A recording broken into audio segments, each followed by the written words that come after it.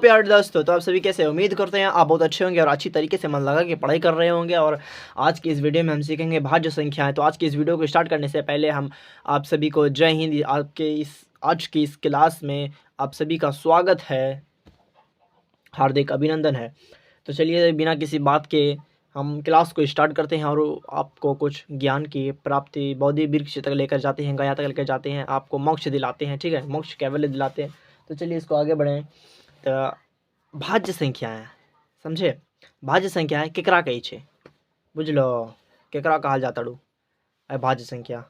एकरा अंग्रेजी में कंपोजिट कहा जाता। ठीक है, इसे कंपोजिट नंबर कहते हैं। क्या कहते हैं? Composite number. कंपोजिट नंबर क्या कहते हैं? Composite number. भाज्य संख्याएं कंपोजिट नंबर। इसकी परिभाषा पहले समझिएगा कि जो 0, 1 तथा अभाज्य संख्याओं को छोड़कर सभी धन पूर्णांक भाज्य संख्याएं होती है। बोलिए मेरे साथ, बोलिए बोलिए बोलिए, क्या बोलना है सर? बोलना है कि 0 से 0, 1 तथा अभाज्य संख्याएं 0, 1 तथा अभाज्य संख्याएं कौन संख्याएं? अभाज्य संख्याएं इनको छोड़ दिया जाए और सभी धन पूर्णांकों यानी कि सभी संख्याओं को माइनस वाला नहीं, सभी धन पूर्णांक भाज्य संख्याएं होती है। सभी धन पूर्णांक भाज्य संख्याएं होती। क्या होती है? भाज्य संख्याएं होती है। बोलिए बोलिए मेरे साथ, बोलिए बोलिए बोलिए मेरे साथ, बोलिए क्या बोलना है? 0 से 0, 1 तथा अभाज्य संख्याओं को छोड़कर 0, 1 अभाज्य संख्याएं को छोड़कर सभी धन पूर्णांक भाज्य संख्याएं होती है। क्या होती है? भाज्य संख्याएं होती है। आपको परिभाषा परिचय क्लियर हुआ? तो बढ़ते हैं कुछ टॉपिकों की तरफ जिसे आपको बुद्धि में घुसाएं, अटाएं। ठीक है, अच्छा 4 क्या भाज्य संख्या होगा? क्या 6 भाज्य संख्या होगा? 8, 9, 10। अच्छा, इनमें से सभी भाज्य संख्या है क्या? अच्छा, सबसे छोटी भाज्य संख्याएं कौन सी है? ये सभी भाज्य संख्याएं हैं। क्या है? ये सभी भाज्य संख्याएं हैं। अच्छा, इनमें से सबसे छोटी भाज्य संख्याएं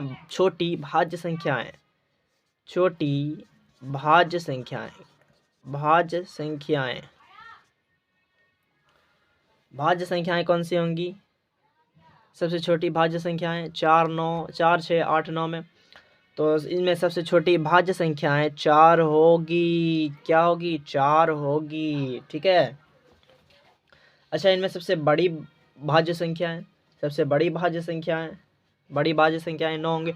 अच्छा, इसमें एक और चीज़ ऐड कर लीजिए, एक और चीज़ क्लियर कर लीजिए कि धन पूर्णांकों के किसके लिए? धन पूर्णांकों के लिए सबसे छोटी समभाज्य संख्याएं ये क्या है? 4 समभाज्य संख्याएं। क्या है? 4 समभाज्य संख्याएं। क्या है? ये 4 क्या है? समभाज्य संख्याएं। सबसे छोटी भाज्य सम संख्या। क्या संख्या? सम संख्या क्या होगी? 4 होगी। और सबसे बड़ी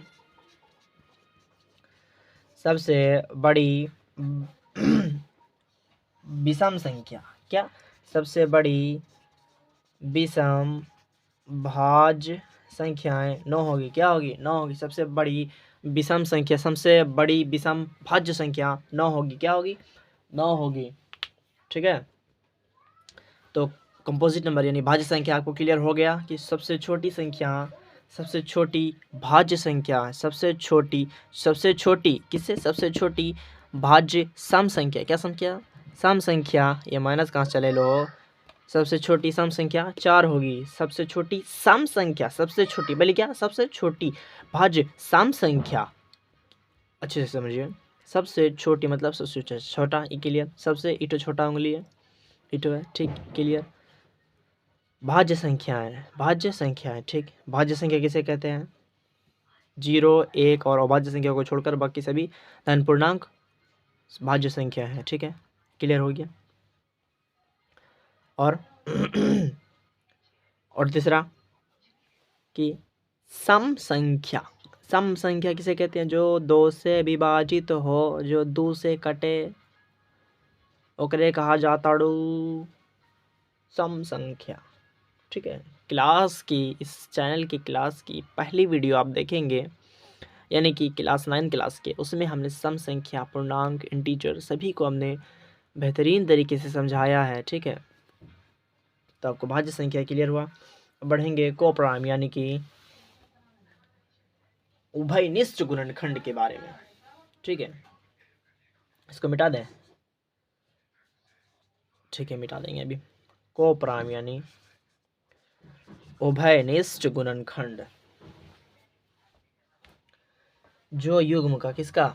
जो युग्म का, पहले परिभाषा समझिए। कोप्राइम कहते किसको है? ठीक है, जो युग्म का HCF एक हो। क्या हो? एक हो। ठीक है, क्या हो? एक हो, और दो संख्या का कोई उभयनिष्ठ गुणनखंड कॉमन फैक्टर ना हो। क्या हो? कॉमन फैक्टर ना हो। ठीक है, जो युग्म का HCF एक हो। इससे क्या तात्पर्य भैया? इससे क्या समझ में आ रहा है? ठीक है, इससे ही समझ में आ रहा है कि मान लिया कि हमने यहाँ लिखा 8 लिखा, फिर 15 लिखा। ठीक है, क्या लिखा? 8 लिखा, फिर 15 लिखा, तो 2 दूनी 4।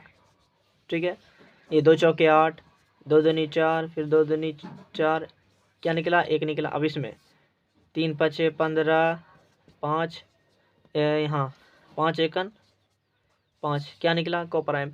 उभयनिष्ठ यानी दोनों में सेम टू सेम। उभयनिष्ठ मतलब दोनों में सेम टू सेम, क्या निकला? 1 निकला।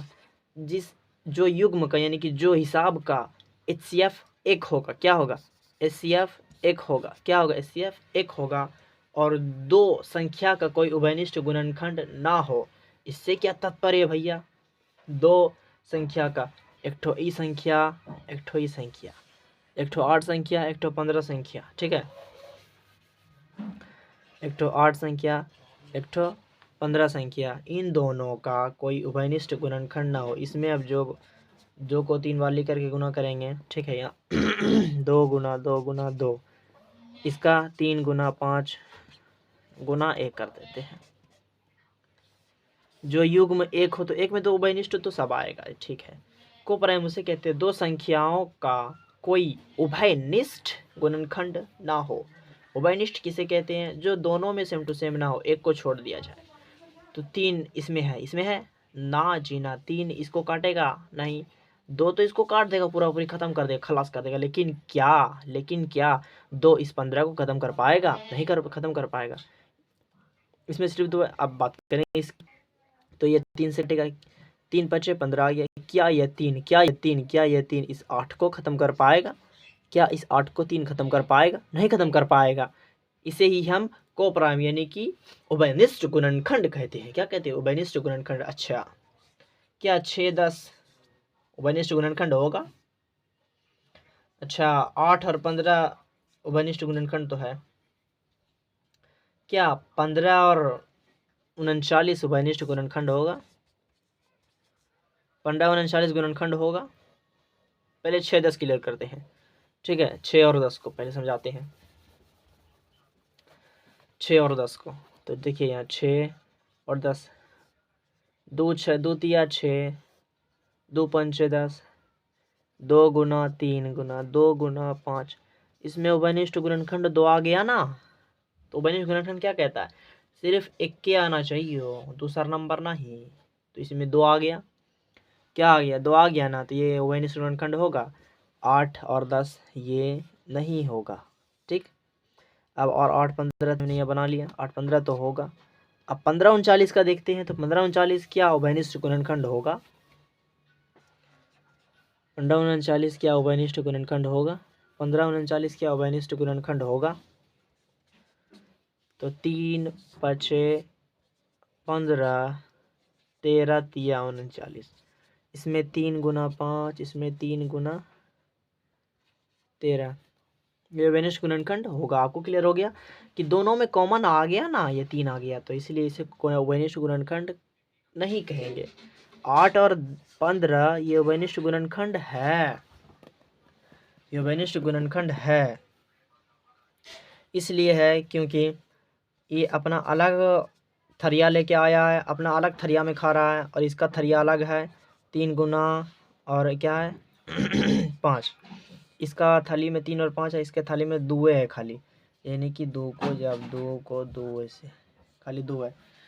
इसमें इसका गुना किया हुआ 2 इसको नहीं काटेगा, और इसका गुना किया हुआ इसका भाग, इसका भाई साहब, इसका बेटा बेटी सब इसको नहीं मारेगा। इसका बेटा बेटी, इसका बेटा बेटी, 15 का बेटा बेटी कौन हुआ 3 और 5 हुआ, 3 और 5 बेटा बेटी इसको मारेगा, नहीं मार पाएगा। कहे कि इसके पास तलवार, इसके पास क्या है, कवच है, सोने का कवच, एकदम लोहे का कवच है, इसके पास क्या है, छोटका छोटका डंटा सब खाली है, डंटा कुछ कर पाएगा, कुछ नहीं कर पाएगा। इसके पास भी क्या है, बेटा बेटी, 8 का बेटा बेटी, और बेटा बेटी नहीं समझ में आ रहा है कुछ हो, काका बता रहे हैं एकदम ओझरा ओझरे गणित के हिसाब में, बेटा बेटी कहाँ से चला आया, कहाँ से रिलेशन संबंधी आ गया पबनी सब ऐसे कहती होगी, ठीक है। तो सीधा सीधा समझिए कि ये इसमें क्या है, 2 है गुणनखंड, इस 2 को गुणन, ये 2 गुणनखंड 15 को नहीं काट पाएगा, और इसका 15 का गुणनखंड 3 और 5 8 को नहीं काट पाएगा। बस खत्म, बस खत्म, क्लियर। तो ये क्लियर हुआ आप लोगों के लिए। तो आज के लिए इतना ही दोस्तों, जय हिंद प्यारे दोस्तों, प्यारे साथियों। तो आज के लिए इतना ही।